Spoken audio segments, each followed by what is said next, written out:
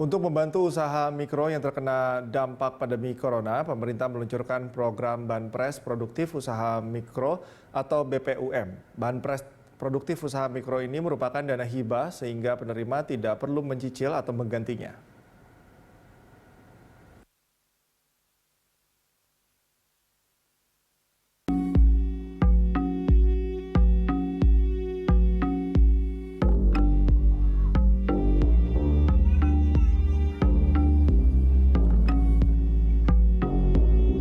Ini adalah Suwanti, dan kerajinan tangan cantik ini adalah buah karyanya. Suwanti menekuni usaha kreasi daur ulang ini hampir 5 tahun terakhir. Di rumahnya, Kelurahan Nanggewer, Kecamatan Cibinong, Kabupaten Bogor, Jawa Barat, Suwanti menyulap sampah kertas menjadi barang ekonomi. Saya prihatin melihat tumpukan-tumpukan koran, tumpukan kertas dari putihan yang terlalu banyak diterima di bank sampah. Kita bikin nilai kertas itu biar bernilai tinggi, ekonominya juga meningkat, nilai seni juga ada. Dari kertas bekas yang dikreasikan ini, Suwanti mengantongi penghasilan bersih hingga 2 juta rupiah per bulan. Hasil kerajinan tangannya seringkali dijadikan souvenir di acara hajatan di sekitar Bogor. Tapi keadaan berubah saat pandemi COVID-19 menghantam negeri kita dan mayoritas negara di muka bumi ini. Usaha Suwanti babak belur. Saat pandemi, kita mati kutu, Mbak. Turun penghasilannya itu lebih dari 50%, justru 100% kalau sampai Maret sampai Juli itu benar-benar down, tidak ada penghasilan. Soalnya nggak ada jalur jual beli, tidak ada. Berhadapan dengan keadaan yang sulit, Suwanti ogah menyerah. Dia cekatan merespons informasi yang beredar. Maka, tatkala Agustus lalu dia mendengar ada bantuan modal kerja dari Presiden untuk para pelaku UMKM, Suwanti tidak menyia-nyiakannya. Usaha saya itu kan masuk di grup UMKM. Di grup UMKM itu ada pemberitahuan ekonomi kreatif dapat bantuan dari Presiden. Saya mengumpulkan tanggal 20 Agustus itu berkas ke Dinas Koperasi di Pemda. Alhamdulillah setelah ngisi itu tanggal 25 September sampai SMS dari BRI yang isinya bahwa saya mendapatkan BPUM itu tadi. Bantuan dari Presiden tadi bernama Banpres Produktif Usaha Mikro atau BPUM. Besarnya 2,4 juta rupiah untuk setiap pelaku usaha mikro. Banpres Produktif Usaha Mikro ini merupakan dana hibah. Jadi, si penerima tidak perlu mencicil atau menggantinya. Bantuan dari pemerintah kemarin ini Ibu gunakan untuk apa, Bu? Saya pergunakan untuk beli cat nih, catnya banyak nih cat. Kan karena sebelum pandemi kan udah habis ya Bu ya nih. Ini cat masih baru dibuka nih. Terus saya buat memperbaiki mesin jahit juga nih untuk alat corong nih, memperbaiki corong ini. Terus saya juga tuh membayar tenaga untuk melinting tuh, kan melintingan banyak belum kebayar tuh. Setelah mendapat Banpres Produktif, Suwanti mulai berproduksi lagi. Dia juga telah menghubungi relasinya lagi untuk memasarkan produk kerajinan tangannya. Kalau bagi pengusaha pelaku UMKM itu bantuan 2,4 itu memang benar-benar diperlukan. Kami sangat terima kasih kepada pemerintah bahwa pemerintah mau memperhatikan kami. Kepak sayap bisnis Suwanti semakin lebar setelah mendapat tawaran menjadi nasabah kredit usaha rakyat atau KUR Super Mikro dari Bank Rakyat Indonesia. Nilai pinjamannya sebesar 10 juta rupiah. Tawaran ini datang sepekan setelah menerima Banpres Produktif. KUR Super Mikro tidak memberatkan pelaku usaha mikro seperti Suwanti karena cicilannya mendapat subsidi pemerintah. Nggak lama kok nggak beliau datang ke sini, betul lihat prospek usaha saya ceritakan apa adanya. Emang Ibu mau mengembangkan usaha? Pengen Pak, pengen sekali. Saya bilang dari BRI, saya bilang emang pengen sekali. Mau nggak Ibu meminjam Super Mikro? Berapa Pak? Dapatnya 10 juta. Waduh, terus bayarnya selama 3 bulan Ibu nggak usah bayar. Akhirnya saya oke, saya ambil.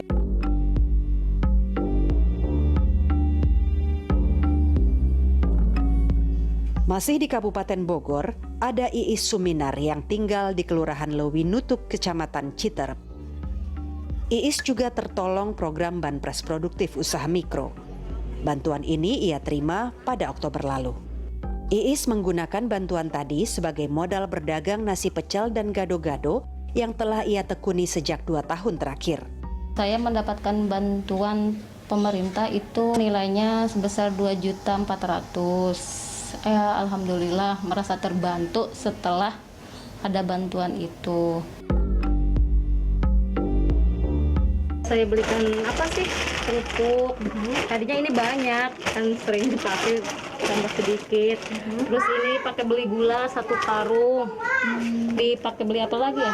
Kacang, ini nih kacang tanah. Kalau kacang tanah kan nggak beli banyak tuh, paling juga beli 2 kilo per hari gitu. Saya tambahin aja, di sini kan terlalu apa sih, pakai meja kan agak sempit. Saya tambahin lagi aja pakai beli apa ya, marmer ya, kalau kayak gini. Dulu, sebelum pandemi, Iis mengantongi penghasilan bersih Rp80.000 per hari. Tapi di masa pandemi ini, keuntungan dari berdagang pecel dan gado-gado hanya Rp50.000 per hari. Keadaan ekonomi memang sulit, tapi Iis tak pernah berhenti berharap agar ekonomi keluarganya membaik. Kalau sebelum pandemi sih, alhamdulillah ya, suka rame gitu, peminat banyak lah yang beli pecel dari mana-mana. Tapi setelah masa pandemi berkurang, apalagi sayuran kan banyak yang kebuang juga. Setelah menerima banpres produktif, Iis mendapat tawaran kur super mikro sebesar Rp10 juta. Karena cicilan kur yang ditawarkan mendapat subsidi dari pemerintah, Iis langsung menerima tawaran kur ini. Iis menggunakan pinjaman tadi untuk mengembangkan usahanya. Saya ambil karena apa ya, alhamdulillah 3 bulan itu ditanggung pemerintah. Saya juga bertambah jualan, pakai apa sih, jualan gorengan, terus saya ada tambahan lagi jual soto sekarang. Banpres produktif dan kur super mikro seperti yang diterima Suwanti dan Iis merupakan bagian dari program pemulihan ekonomi nasional atau PEN. Keduanya menyasar pelaku UMKM yang terdampak COVID-19. Khususnya usaha mikro kecil yang belum punya akses permodalan maupun pembiayaan ke perbankan. Kami mewawancarai Raden Pardede, Sekretaris Eksekutif 1 Komite Penanganan COVID-19 dan Pemulihan Ekonomi Nasional melalui video conference. Liputan ini dilakukan dengan menerapkan protokol kesehatan. Jadi kita harus integrasikan program ini, banpres produktif ini untuk usaha mikro ini dengan subsidi bunga dan juga dengan penempatan dana di bank-bank umum, itu loh, yang nanti bisa ujungnya membantu kelompok UMKM ini. Banpres produktif usaha mikro diluncurkan Presiden Joko Widodo 24 Agustus lalu. Awalnya, pemerintah hanya menganggarkan dana sebesar Rp22 triliun untuk 9,1 juta pelaku usaha mikro. Sekarang, bantuan ini telah terserap 100%. Belakangan, pemerintah menambah anggaran menjadi sebesar Rp28,8 triliun. Sasarannya adalah 12 juta pelaku usaha mikro di tanah air. Per 16 November 2020, alhamdulillah sudah tersalurkan kepada 9.742.540 pelaku usaha mikro. Itu masih dimungkinkan untuk pengusul-pengusul baru sampai 30 November begitu. Jadi calon penerima itu bisa melalui koperasi. Kemudian kedua, bisa juga dari dinas kabupaten, kota maupun provinsi. Yang ketiga, berasal juga dari lembaga pembiayaan, ya. Kemudian dari perbankan, Himbara, BNI, BRI bisa mengajukan, terutama nasabah yang memang belum mendapatkan kredit atau kredit program begitu.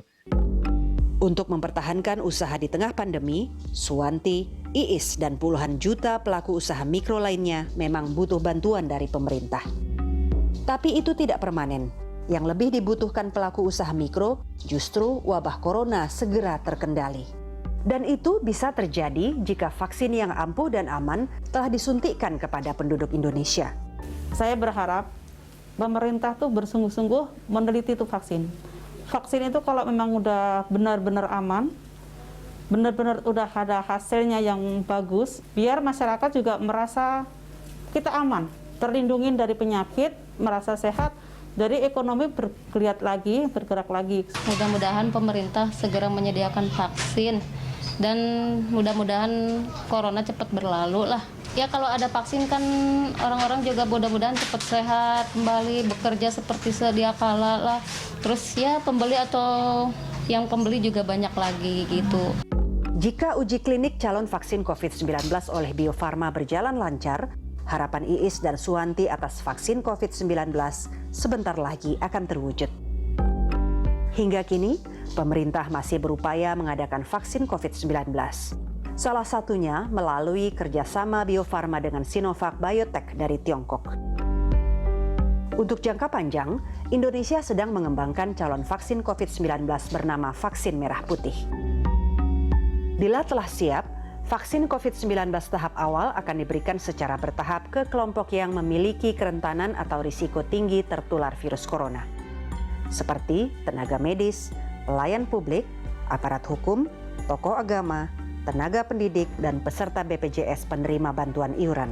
Intinya kalau mereka sudah diberikan vaksin ini, artinya jumlah penduduk Indonesia yang tervaksinasi itu sudah cukup banyak, sehingga kemungkinan penularannya itu makin kecil. Dengan seperti itu, maka kegiatan daripada UKM, jadi apakah itu para pedagang-pedagang di kaki lima, di pasar, ya, itu masih menjadi bisa dilakukan lebih leluasa. Percepatan penyediaan vaksin oleh pemerintah menjadi bagian dari program prioritas Indonesia Sehat. Penanganan pandemi yang tepat dan cepat menjadi komitmen pemerintah agar kesehatan masyarakat pulih dan ekonomi bangkit kembali. Jadi harapan kita kalau vaksinasi ini berjalan dengan baik, kegiatan ekonominya muncul, nah itulah sebetulnya awal pemulihan ekonomi kita. Itu yang bisa menjamin pemulihan ekonomi kita lebih sustainable.